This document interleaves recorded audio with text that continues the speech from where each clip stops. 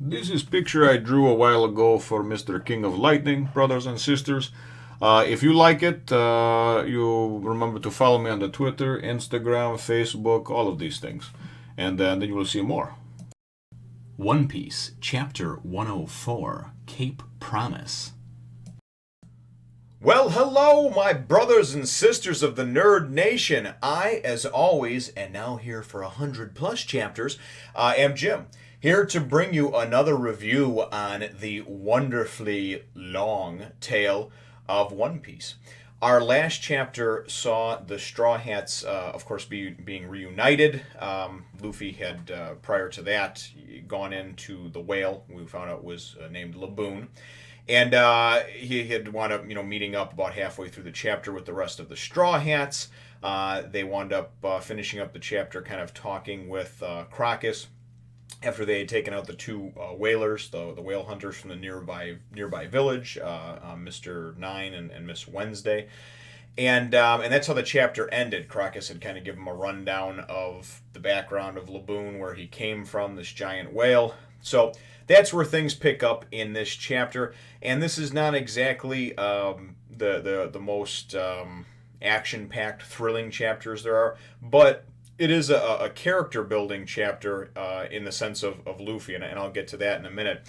So things pick up where they left off. They are, of course, inside the whale, inside Laboon.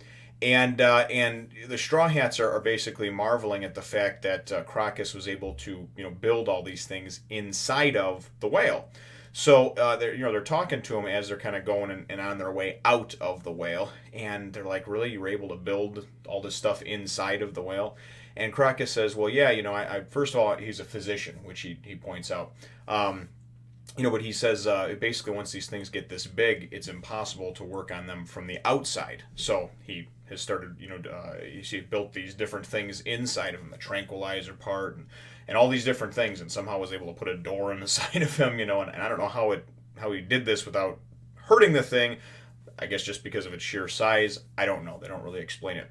When he mentions that he was a physician, Luffy's like, "Oh, great, you can be our doctor.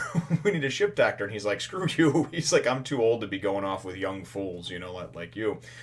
Because remember, he's 71 or yeah, I think it was 71 that he said. So they wind up coming upon the door, the exit, and the door opens, and you see this door just open on the side of the whale, which again I find kind of odd because the whale is not mechanical at all. And this is a giant door, 40 feet tall and 40 feet wide. So as they come out, Mr. Wednesday. Miss Wednesday and Mr. Nine, they wind up starting to come to. They actually come to as they're tossed in the ocean because remember Luffy knocked them out towards the end of last chapter. So basically said, "What do you want us to do with them?" Just toss them in the ocean. So they kind of wake up from the cold water hitting them, and they're like, "Oh my God, is it gastric stomach acid?" And they're like, "Oh no, wait, it's just the ocean." They go and talk about something about how they have some interest in pirates, the group that they're with or what have you, and they basically make these threats of, "Hey, we'll see you again," like, "I'll get you again, my pretties." And so we don't know exactly what's going on with that and how it's going to circle back around, but if anything I have learned thus far is that even little details like this may come into play 100, 200, 300 chapters down the road, so I guess it'll remain to be seen. They wind up, everybody goes and docks over on the island there with the lighthouses. And, and basically Crocus just tells them, "Hey, listen," I mean, they're all saying to Crocus, "Hey, why doesn't, what's the deal with him? Why is he still, haven't you tried to tell him that these people aren't coming back? It's been 50 years, And Crocus says, "Well, listen, first of all," he explains to him because somebody, I think Usopp is one that says, "Well, no, maybe they will still come back, and, Zoro and Nami and Sanji, they're all pretty practical about it. They're like, "Listen, it's been 50 years. They said they were going to be back in a couple. Clearly something happened to them. They got killed, whatever."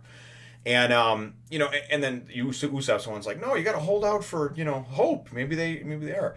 Well, Crocus says, he goes, "I have it on good authority that that they wound up fleeing the Grand Line and they didn't come back for Laboon." So and then Nami's like, "Yeah, but fleeing the Grand Line, the only way you could do that is by making it across the Calm Belt, which clearly we saw because of the Sea Kings or Neptunians or whatever you'd like to call them."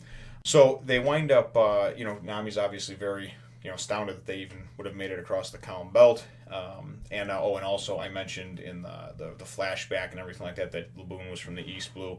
That was a mistake too. God forbid I make him.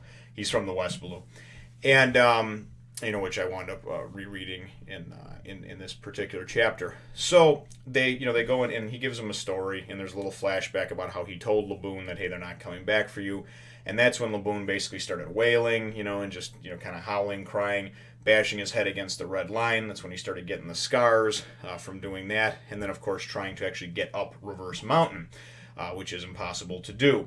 So Crocus, that's why basically he said, hey, listen, you know what, I promised that I would take care of him, and even though we kind of have a strange relationship, that's why I've tried to help him, because of just the fact that he was left, and he's just this poor creature, this poor animal, and he just doesn't want to face facts, and he just doesn't want to give up hope that maybe they're still there, that maybe they're still going to come back for him. So and you see those scars on his head. I mean, if I didn't calm him down and work with him and whatnot, he'd surely kill himself.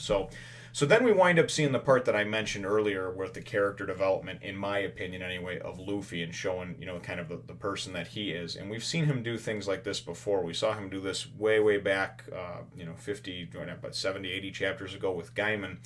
And it's a selfless act to make another feel better. He goes and he just kind of grabs the broken off top mast part of their ship, and goes and starts going and charging up the side of Laboon, because Laboon's kind of just sitting there, poking out of the water. Charges up the side of him and goes, oh, is this your freshest wound? And then he goes, Gomu, Gomu, and he goes, bouquet. And I mean, he just jams the jagged end of this mast post into him, and they're like, what the hell is he doing? Everybody's astounded, Crocus and all of his crewmates, they're, what the hell is he doing? So Luffy's kind of hanging on, and Laboon's trying to shake him off, and Laboon's kind of starting to trying to come towards the actual island there where the lighthouse is on, and everybody's freaking out. He winds up being able to whip Luffy off, and first of all somebody says, oh, he's gonna crush him. Crocus says that, and they're like, no, nobody can crush Luffy, but Luffy winds up kind of getting whipped against the side of the lighthouse, and they're like, what the hell? What are you up to? What are you doing? Because he just does these random things and tells nobody why he's doing anything, And even Usopp's like, don't destroy our ship, He smashes this mast into him. So Luffy he gets up and he says, hey, you know what? He goes, well, it's a draw this time. He goes, our battle, though, isn't our battle isn't over, This is our confrontation, our battle, our fight, it's not over, I'm going to go sail the Grand Line, and when I make it back around here, we're going to fight again. And what he's doing is he's giving the whale a reason to live. He's giving him another reason to live other than the futile reason that he's had for the last 50 years, which is waiting for these pirates to come back that are never coming back. They've clearly left, they're dead, who knows what the deal is, but they're not coming back. So Luffy goes and gives him something to believe in, something new and fresh to believe in, because now, even though he did it in kind of a negative way with the whole fighting thing, and he punched him in the eye as well again, everything else, it's kind of his thing that now Laboon is going to be able to look forward to that. And so maybe he won't start ramming his head into the red line every day, because maybe now he'll have a newfound just a newfound patience and appreciation for the fact that, okay, I have to fight this guy when he comes back around. So that's what I took from it anyway, and I thought that it was pretty profound and pretty cool. So, and that's how the chapter ends. Certainly looking forward to the next one, to kind of getting moving along with some things over here. And basically my question for this chapter is, because I've heard a lot of people, put in comments, oh, Luffy only helps the people that, he needs along the way, and he's really not a good person and everything else. Well, I've seen at least a couple acts of extreme kindness that had nothing to do with him. The thing with Gaiman, where he climbed up on there and said, no, I'm keeping all the treasure. He didn't have the heart to go and tell him and disappoint him after all those years there was no treasure in there. And the same thing with the whale, even though he kind of went about it in a negative way, he went and him and the whale had kind of already tussled a little bit, right? He was pissed off because he broke off the front of his, his seat, his favorite seat, and he had punched him in the eye. So he kind of continued that fight and bullied him a little bit just to kind of give him some hope, So what is your opinion of Luffy and what he did? I mean, was it a good, kind, selfless thing? or is he this this heartless, cruel pirate that only only uses those that he or only does things that he needs to for those that he needs to use to further his goal or to get closer to his goal? So let me know what you think, brothers and sisters, in the comments down below. Feel free to hit the thumbs up, the like button if you think that I deserve it, and then of course subscribe if you haven't done so already. We'll look forward to catching you in the next one, Nation. As always, thanks for watching, brothers and sisters, and remember, join the Nerd Nation. It's the right thing to do. Trust me. Tell them Jim sent you.